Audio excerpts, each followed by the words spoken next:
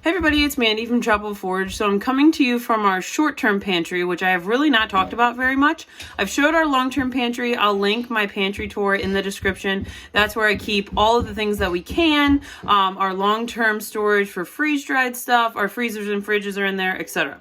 So off of our kitchen, we have this small pantry, which was obviously here. We built our long-term pantry when we sectioned off some of the garage when we moved in.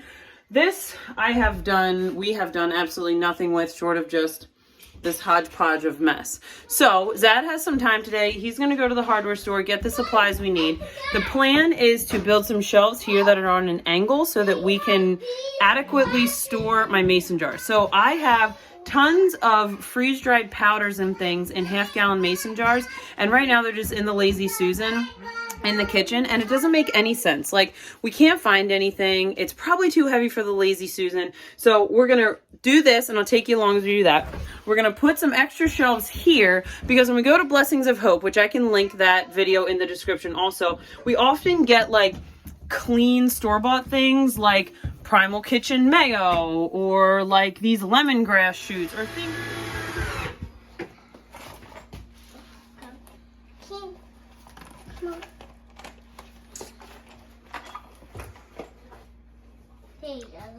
All right, so it's pretty late. We don't want to be running the saw and like upsetting anyone. Okay, this shelf is ready. He's got it anchored to the wall. We have enough space up here. We could sit something if we needed to. He didn't want it to have any dead space.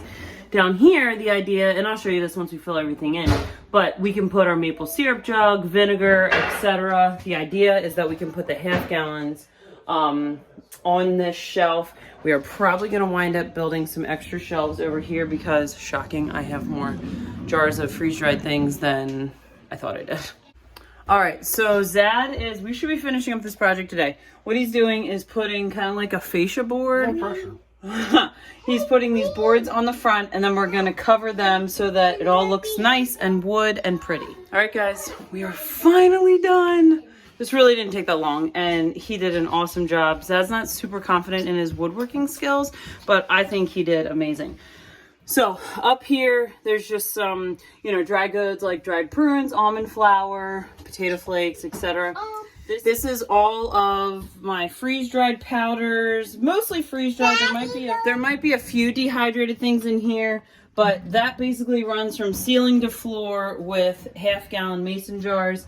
There's half-gallon mason jars on the bottom, then quarts, and then some pints. So he really customized it to what we typically have. And then there's more half-gallon mason jars over here with a lot of freeze-dried powders and things.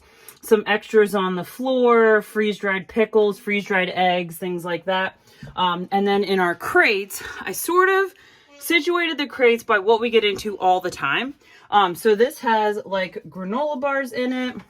This has like little bags of sunflower seeds, little bags of nuts. This is fruit leathers, little nut butters. We'll see how annoying this gets. I think it's going to be fine because you can easily, I can't do it with one hand, but you can easily pop that out, grab what you need, and tuck it back in. The other good thing about this is it's somewhat toddler proof. So we used to have everything on the floor, if you'll remember, and they just would come like dragging things, stuff they're not even going to eat. And so this should really help with that problem. On this shelf, at least for now, and this will sort of evolve depending on like the pantry challenge and where we're shopping and whatever, but this has a lot of like store-bought kinds of chips and things. These are like some pork rinds. Up here we have treats. This is mostly like chocolate covered chickpeas, things like that. This is a lot of chocolate bars, like super dark chocolate bars that I typically use for baking. In here there's beef jerky, meat sticks, that kind of thing. This is going to be for baby, it's not really baby food, but like those little squirty fruit and veggie packs. I got a really good deal on them. We don't get into them a ton, and frankly, I may wind up putting a lot of them into smoothies, so I'm fine with them being tucked in that corner and not super accessible for right now. This has candy in it, which obviously we don't keep a ton of that on hand, but there's a little of that. There's a container with liquid IV. This has other baking stuff. So like dried cranberries, nuts, there's some granola in there. And then this is just some like dry mixes, dried potatoes, nuts, sunflower seeds, dried mushrooms. And then here is mostly, well, some of it. This is freeze-dried powders, but a lot of this is store-bought stuff. So like gelatin and some mustards. There's like shredded coconut, cornstarch, honey, that kind of stuff. And that goes all the way down. And we have a few more jars of dried stuff down here. So I am super pleased with this. I think it's amazing. We really did this. I don't know if you'd consider a budget build. I feel like budget is always like a subjective term, but we did this fairly inexpensively, a few $100s, and we were able to really completely transform this pantry. It looks really, really amazing. It is going to be so much more user-friendly. So thanks for coming along on our short-term pantry rebuild. If you haven't seen our long-term pantry or our extended pantry, I will drop that link in the description. That's where I house all of my freeze-dried that's in Mylar, the canned goods. It's where our freezers and fridges are, things like that. So if you have any questions about this, let me know. We'll see you next time.